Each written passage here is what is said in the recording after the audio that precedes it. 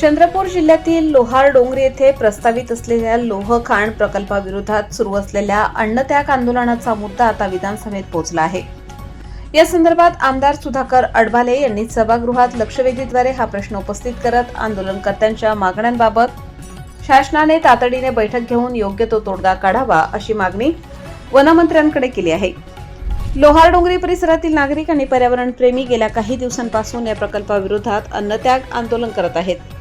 या प्रकल्पामुळे पर्यावरणाला तसेच स्थानिकांच्या जीवनावर परिणाम होण्याची भीती आंदोलनकर्त्यांकडून व्यक्त केली जात आहे।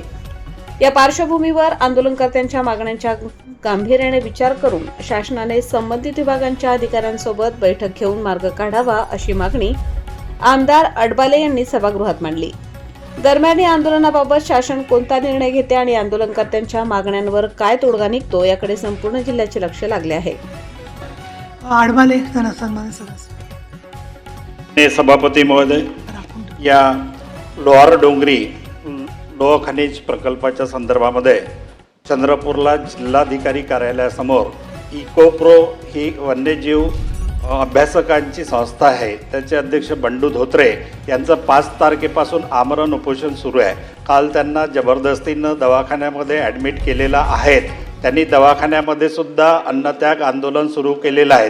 त्या संस्थेच्या पदाधिकाऱ्यांना मंत्रालयामध्ये बोलवून त्या पदाधिकाऱ्यांच्या ज्या काही समस्या आहेत, संस्थेच्या समस्या आहेत, त्या संदर्भात मीटिंगचं आयोजन करणार का? सभापती महोदय, सन्मानित सदस्य अडबाले यांनी जी भूमिका मांडली, जे उपोषणाला बसले त्यांच्याशी मी काल दूरध्वनीवरून बोललो। त्यांना मी विनंती केली की तुम्ही उपोषण सोडा, कारण हे प्रकरण उच्च न्यायालयाच्या म्हणजे कक्षेत गेलेलं आहे।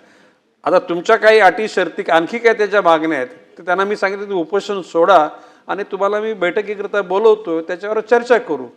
तर ह्या बाबतीमध्ये मी माझी भूमिका स्पष्ट केलेली आहे आणि ती मीटिंग लावून आपण त्याच्यातून निर्णय घेऊ।